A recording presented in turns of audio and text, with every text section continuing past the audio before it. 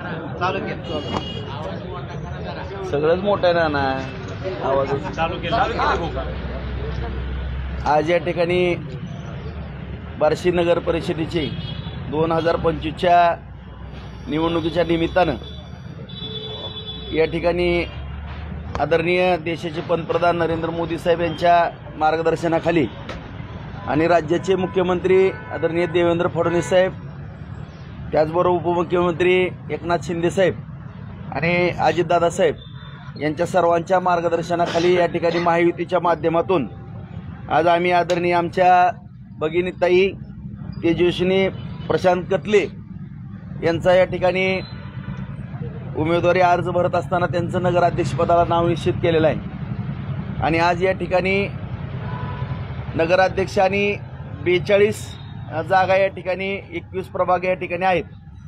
त्यामध्ये आम्ही जवळपास 36 जागा भारतीय जनता पार्टीच्या माध्यमातून लढवतोय आणि 6 जागा शिवसेना शिंदे साहेबांच्या माध्यमातून या ठिकाणी लढवतोय।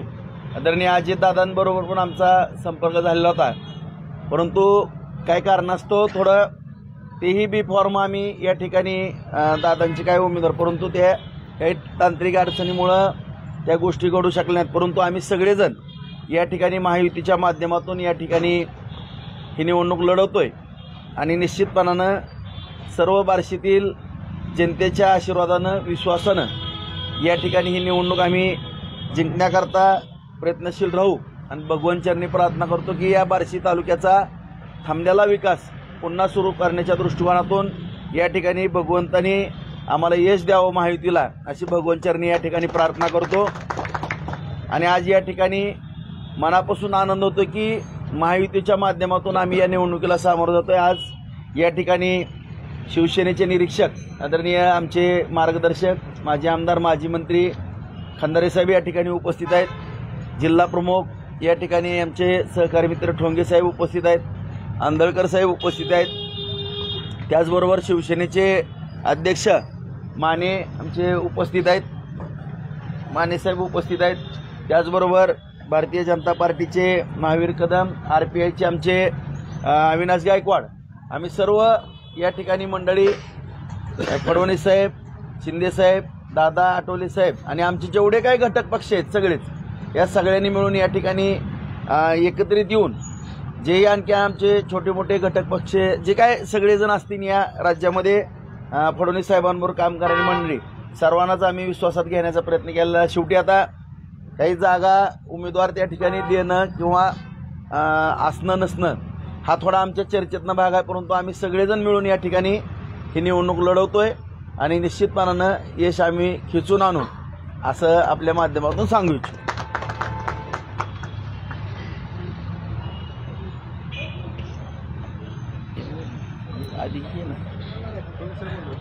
नाही खंदारे साहेब बोलून घ्या, साहेब बोला नाही बोलून घ्या, मी नंतर आभार मानतो ना मी साहेब। महाराष्ट्राचे कुलस्वामी शिवसेना प्रमुख हिंदू हृदय सम्राट माननीय बाळासाहेब ठाकरे यांना वंदन करून आजच्या बार्शी तालुक्यातील नगर परिषदेच्या बैठकीच्या निमित्त त्याचबरोबर पत्रकार परिषदेच्या निमित्त उपस्थित असलेले आमचे सोलापूर जिल्हा बार्शी विधानसभा मतदारसंघाचे निरीक्षक सन्माननीय खंदारे साहेब, या तालुक्याचे नेते माजी आमदार व भारतीय जनता पार्टी शिवसेना युतीचे नेते माननीय राजाभाऊ राऊत, आपले उमेदवार सौभाग्यवती तेजस्विनी प्रशांत कतले, आमचे बार्शी तालुक्याचे शिवसेनेचे नेते माननीय आंदळकर साहेब, आमचे शहर प्रमुख विजय माने, इथं उपस्थित असलेले रिपाईचे भारतीय जनता पार्टीचे सर्व पदाधिकारी, इच्छुक उमेदवार तसेच आमच्या शिवसेनेचे उमेदवार, या सर्वांच्या वतीनं आपल्या सर्व पत्रकारांचं मी मनापासून स्वागत करतोय। आपल्या सर्वांना माहिती आहे अनेक जुने चेहरे पत्रकाराचे आपल्याला मला आज बघायला मिळत आहेत। 1995 पासून भारतीय जनता पार्टी शिवसेना ही युती आहे।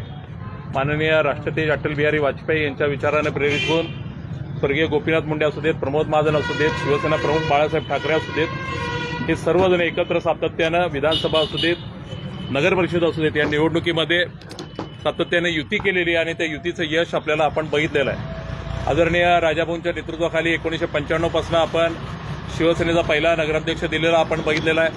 त्यानंतर असंख्य स्थित्यंतरं राजकारणात झाली तरीसुद्धा राजाभाऊ शिवसेनेच्या विचारानं सातत्यानं प्रेरित आहेत आणि याच विचारानं आम्ही सोलापूरमध्ये भारतीय जनता पार्टी आणि शिवसेनेची युती बार्शी नगर परिषदेमध्ये व्हावी म्हणून आज आम्ही संपूर्णपणे राजाभाऊंच्या नेतृत्वाखाली आमचे माननीय आंदळकर साहेब असू देत, इथले आमचे पदाधिकारी असू देत, यांच्या सहकार्यानं सोलापूरमध्ये बार्शी तालुक्यामध्ये आम्ही युती करतोय।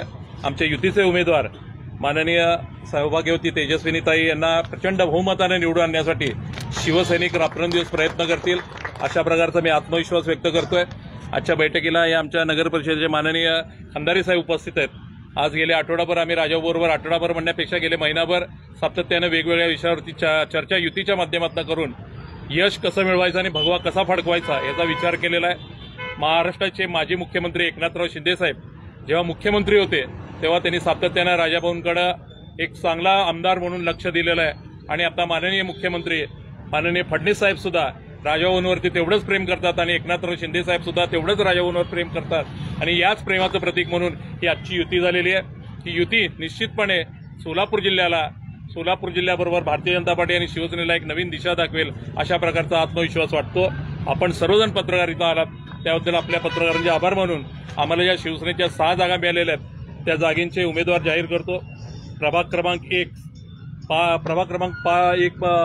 5 रिकीबे शमा दिलीप महिला SC मध्ये त्यांना आम्ही उमेदवारी दिलेली आहे। त्याचबरोबर ब मध्ये घोंगाने राजू दत्तात्रय पुरुष सर्वसाधारण अशी त्यांना उमेदवारी आम्ही जाहीर केलेली आहे। त्याचबरोबर प्रभाग क्रमांक 7 काकडे संदेश भीमराव SC कॅटेगरीतनं त्यांना उमेदवारी आम्ही जाहीर केलेली आहे। त्याचबरोबर 7B मध्ये नाळे मीरा शिवम महिला शीतल महिला सर्वसाधारणमध्ये त्यांची उमेदवारी जाहीर झाली असून शेवटचा जो आम्हाला तिसरा प्रभाग वाटायला आलेला आहे तो आहे 12 मध्ये त्र्यंबके भगीरथी किशोर महिला SC ही उमेदवारी जाहीर झाली असून ब मध्ये बारंगुळे संतोष लक्ष्मण सर्वसाधारण पुरुष अशा प्रकारच्या 6 उमेदवारी शिवसेनेला मिळालेल्या आहेत। शिवसेना तन मन धनापासून राजाभाऊंवर प्रेम करते आणि राजाभाऊंवर प्रेम करेल आणि कसल्याही परिस्थितीत बार्शीच्या विकासासाठी जो बार्शीचा विकास राजाभाऊंच्या नेतृत्वाखाली गेल्या अनेक वर्ष झालेला आहे अशाच विकास करण्यासाठी राजाभाऊंच्या नेतृत्वाखाली शिवसेनेचे सर्व सैनिक तन मन धनानं उपस्थित राहतील अशा प्रकारचा आत्मविश्वास देऊन माझे 2 शब्द थांबवतो। जय हिंद, जय महाराष्ट्र।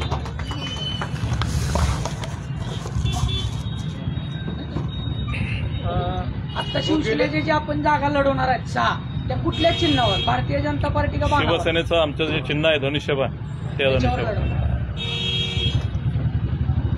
या निवडणुकीच्या म्हणजे निवडणूक तुम्हाला या निवडणुकीत सगळ्यात मुख्य प्रश्न पाण्याचा धरला जातोय। महिला उमेदवार आहेत नगराध्यक्ष पदासाठी आणि महिलांच्या जवळचा प्रश्न आहे पाणी प्रश्न। याच्याकडे तुम्ही कसं बघता कारण की सातत्याने या बाजूने असं सांगितलं जातं की पाणी पाणी पाणी हाच एक विषय आहे नगरपालिकेच्या निवडणुकीचा।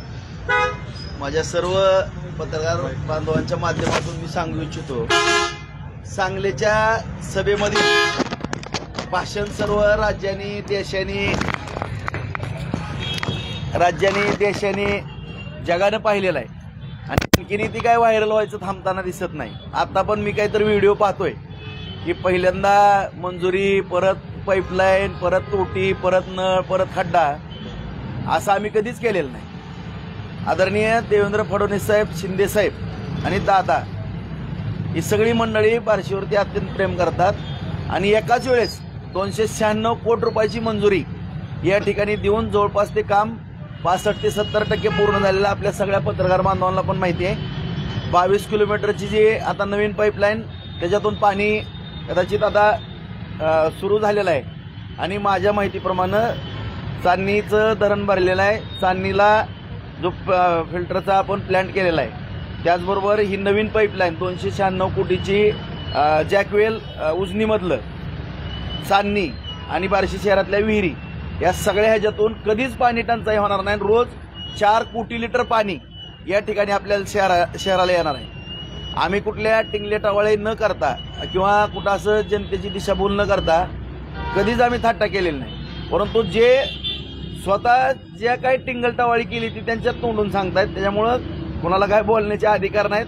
आपली वस्तुस्थिती सगळ्या जनतेला पण माहिती आहे फक्त एकच वर्ष लक्ष दिलं नाही तर 10-12 दिवस पाणी नव्हतं, कारण प्रशासक होते आणि मीही माझे आमदार होतो, त्यामुळे लक्ष दिलं नव्हतं.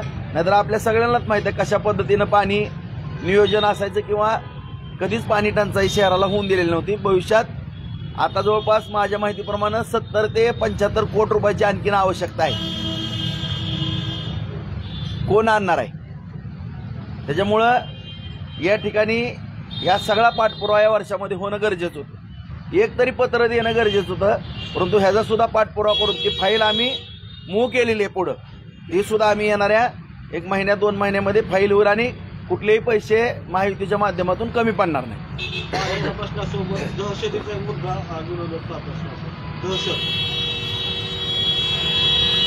मला तुम्ही सांगा, एक तरी कुणाबद्दल कधी साधे आता आमच्यावरती खोटे गुन्हे जुने झाले होते 15-20 वर्षापूर्वी, कुणावरती एखादी केस आहे मला सांगा, NC तरी एखादी कुणी दहशत केली नाव सांगा त्याचं.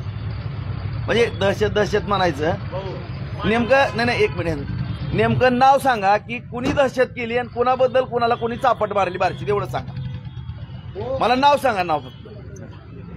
आता या निवडणुकीमध्ये शहराच्या विकासाचे काय मुद्दे राहतील? आपले शहराच्या विकासाच्या बाबतीत काय मुद्दे राहतील?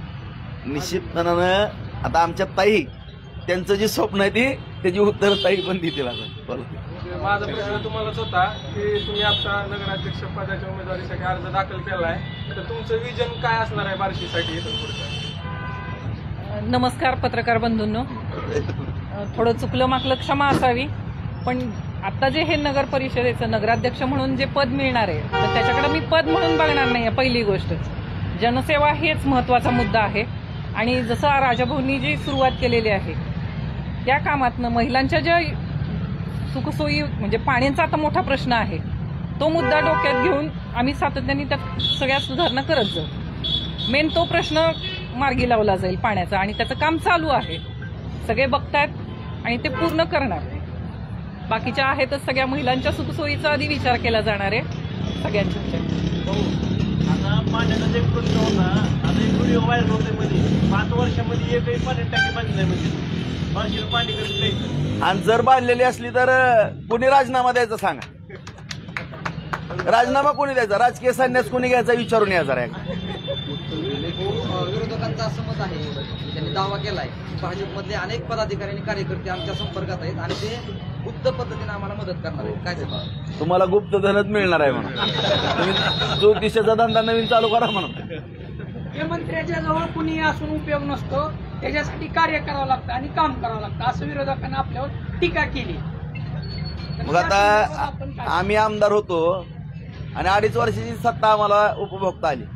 2.5 वर्षात आम्ही सत्तेमध्ये होतो. शिंदे साहेब मुख्यमंत्री होते, फडणवीस साहेब उपमुख्यमंत्री होते आणि दादा परत उपमुख्यमंत्री. तुम्ही साक्षीदार आहेत ना, बार्शीची जनता साक्षीदार आहेत ना, जी त्यांच्या अख्ख्या आयुष्यामध्ये निधी आला नाही, एवढा 2.5 वर्षामध्ये त्याच्या दुप्पट तिप्पट आला असं ना. आकडेवारी काढा जर, सगळे तुम्ही तपासा ना.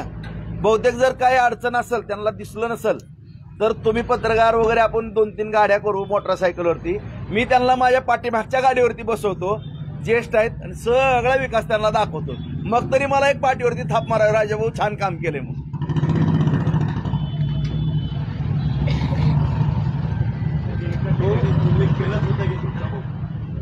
उल्लेख केलाच होता तुमचा. आणि एका सभेमध्ये आता बळप साहेब सांगतात कार्यसम्राट आमदार म्हणून त्यांनीच मला शाबासकी दिली होती.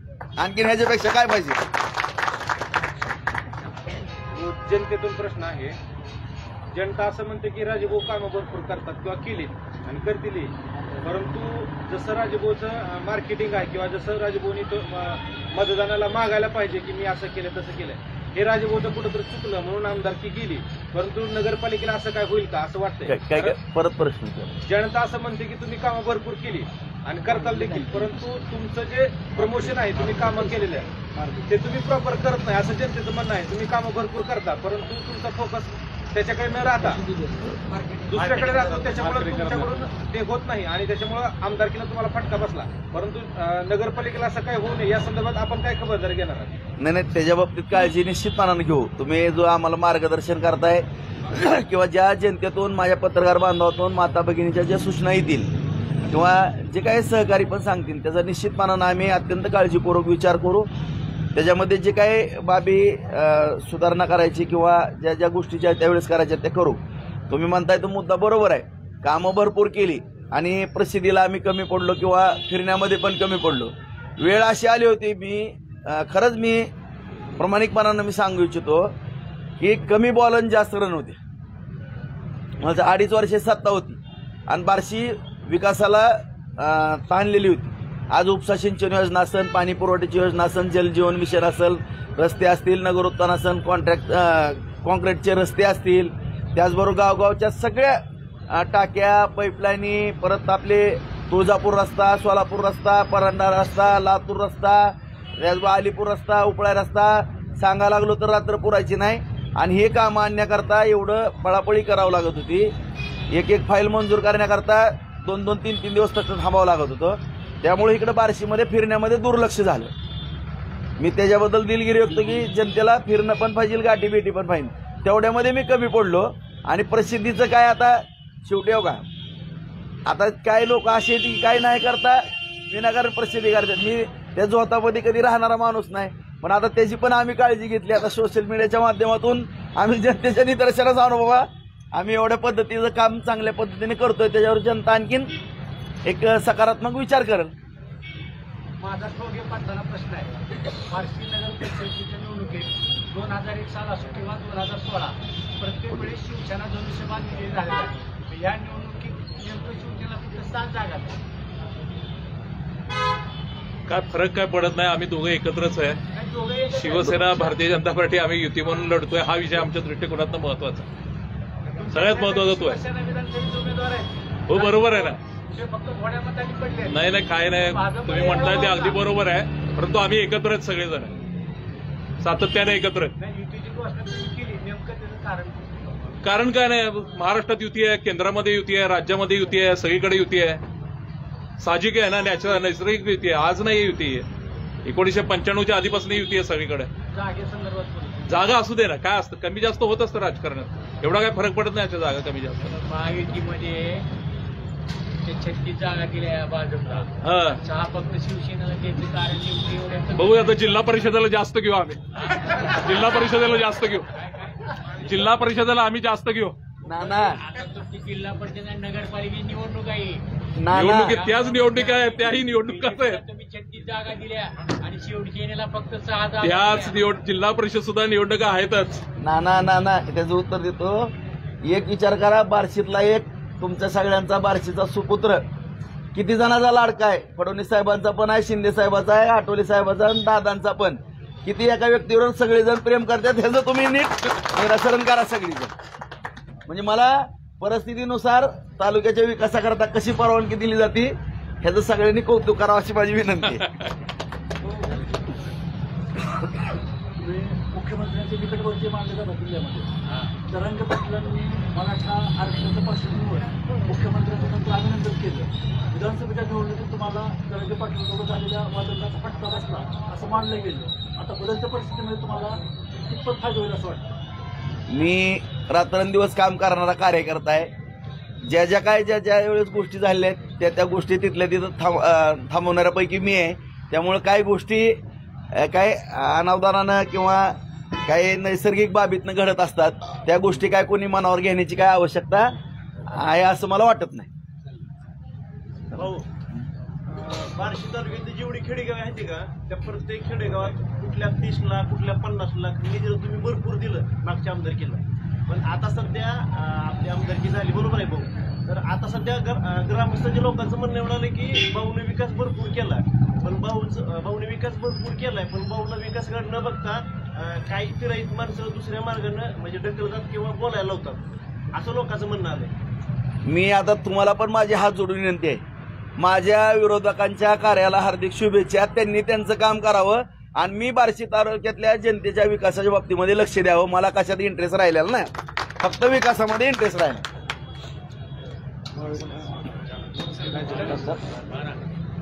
आणखीन त्याला काय विचारायचं का?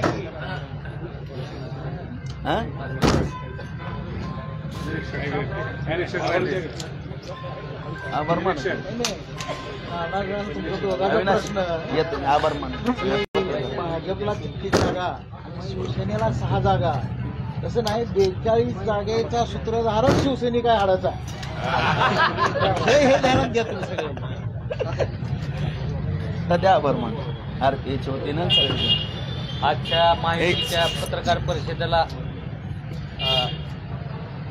आमचे नेते राजगुराव त्यांच्या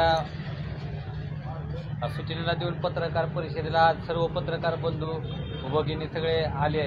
त्याबद्दल रिपाई आठवलेगड बार्शी शहर अध्यक्ष या नात्याने मी सगळ्यांचे आभार मानतो. माहिती बसा आता चहा वगैरे घ्या.